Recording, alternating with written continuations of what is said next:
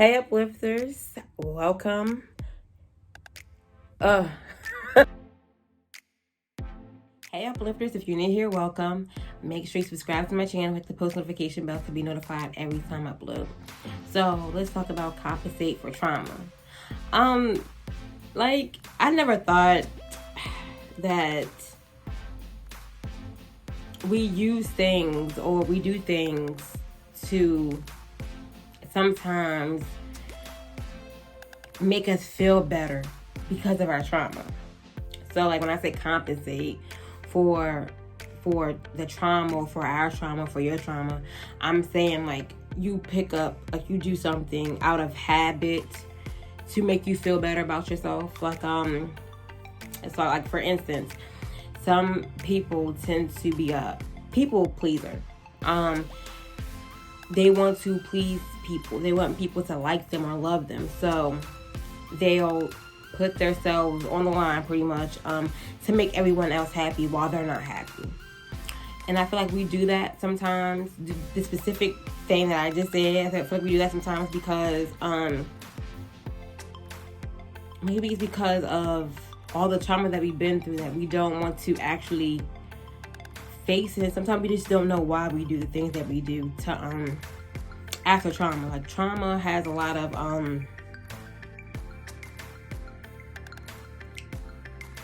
trauma has a lot of aftermath behind it. It's not just like, oh, something happened and you're over it. No, it doesn't work like that.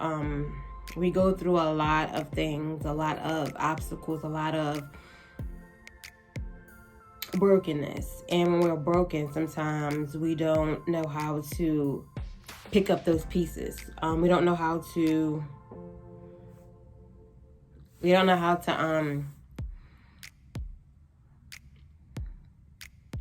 heal from it. So we'll do other things that we think is helping us heal possibly, but it's really not. I know, for instance, like I was a people pleaser at one point in time. Like I wanted to make people not happy necessarily, but I wanted to not be on anyone's bad side. Meaning like if somebody disagreed with me or we had like an argument or disagreement, I would like shy away from my opinion on things and I'll just like pretty much take what they're saying and I don't say anything, or I'll just like be quiet about it. And most of the time I have a whole like viewpoint on things and I didn't express that because I didn't want nobody to be mad at me. And over time, as I'm on my healing journey, I realized that I have a voice. And certain situations, my voice should be heard and needs to be heard because everybody don't have the same opinions about things. And maybe my opinion could help somebody else. My advice could help somebody else. So knowing yourself and looking at yourself as being worthy of like speaking your opinion and not worrying about if somebody's gonna get mad about it or not, it's very important in healing because we tend to like shy away. Well, me personally, I tend to shy away from, or I used to tend to shy away from confrontation. Some people like to buy people gifts. Some people like to just be the center of attention just so that they are not dealing with their trauma. And I feel like I said, trauma comes in so many forms. The aftermath of it comes in so many forms. Like some people become promiscuous. Some people become addicted to different drugs, alcohol. It's so many things behind trauma. We want to make ourselves feel better. So what we do to make ourselves feel better, like we do things that we like to do or that we feel like will make us feel better, but we're not dealing with the aftermath. Like we're not dealing with ourselves and our healing journey. Like someone like me personally, I was hurt as a child, and I didn't start healing until I was in my early 20s, and I'm not close to being done with my healing. I feel like healing takes a long time to do. I feel like it's so many layers behind healing that we have to like hit each layer. We have to know ourselves, we have to learn ourselves all over again, like the new person after the trauma. We're never going to be the same. We're never going to be the same. Like, how I used to be is not how I am now. That's why I feel like once you've been traumatized, in whichever way it is, like a sexual abuse, any type of abuse, I feel like that person is taking your life. And I say this to say that you're never going to be the same again. If you was an outgoing person and you were just like joyful and happy all the time, and after you've been traumatized or abused, like, you're not the same. Like, you're withdrawn, you're quiet, you're just not a happy person anymore. So I feel like that person that hurts you has taken your life. So you have to start from scratch. Like, you have to start completely over. Meaning, like, you have to figure yourself out, find yourself, and you have to go from there. And that is meaning, like, you picking up the broken pieces and you're putting them together, but they're not going to fit quite the same anymore.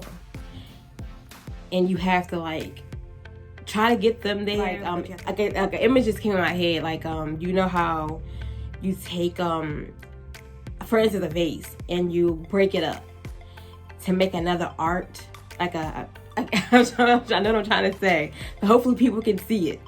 You take the broken pieces of the vase, and bit by bit you're putting a picture together. And after that picture is put together the way that you want it to be put together, you put cement over it, and then, or I forgot what it's called, hopefully I'm right, cement over it, and after you're done, it's this beautiful artwork. And that's how healing is. That's how you have to put back your life after you've been traumatized. And compensating for your trauma is something that I feel like we all do. I compensate it from being a people pleaser, not knowing my worth, to not to eating. It's so many things that we compensate our trauma with or for. And we just don't know that we're doing it. Sometimes we know that we're doing it, sometimes we don't know. And I feel like when you're trying to heal, you'll realize, like, what you've done that hasn't been so, like, the best thing to do, but that's the only way you knew how to do. So don't beat yourself up about it. Don't feel bad about it. I feel like we all have to go through some things. We all have to make mistakes in this healing journey to know who we are. It's not a walk in the park. It's not easy to do. How, like, people always ask me how do I feel like people ask me, like, how do I do it, like, in forgiving my uncle. But, like, I honestly know that it was nothing but God. How I get on YouTube and make these videos, nothing but God. And it's all about having a relationship with God for me. It's having a personal relationship. And we just have to, like I say, learn ourselves and to be patient with ourselves. We can't just, like, be hard on ourselves and, like, oh, you're stupid. Why did you do this? Why did you do that? What are you doing? Because this is a brand new you. So you have to start loving yourself and stop compensating for your trauma. Stop doing things that you know is not that it's not right. The fact that it's hurting you in the long run. Being a people pleaser, you lose your voice, and you stop knowing you. Like, you stop knowing your worth, and you just allow people to, when people realize that you're a people pleaser, they will take full advantage. You know your voice, and you stand up for yourself, or start to stand up for yourself. That's when people know that you're no longer the same person anymore. Like, you're not a people pleaser. You're not going to just do things just because somebody wants you to do them. So I feel like compensating for our trauma, we have to work on that. When I say we, as a whole, as survivors, we all, I feel like we all do that. We compensate with something. Whatever that something is, just work towards not doing that something.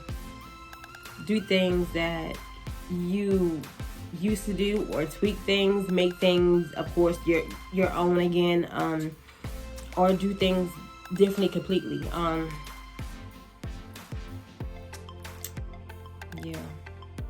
Compensating for our trauma is what we do, but we have to fix it. And healing is necessary. You have to be patient with yourself. Like I said, you have to start loving yourself and peeling back those layers. Thank you for watching. Make sure you like, comment, share, and subscribe.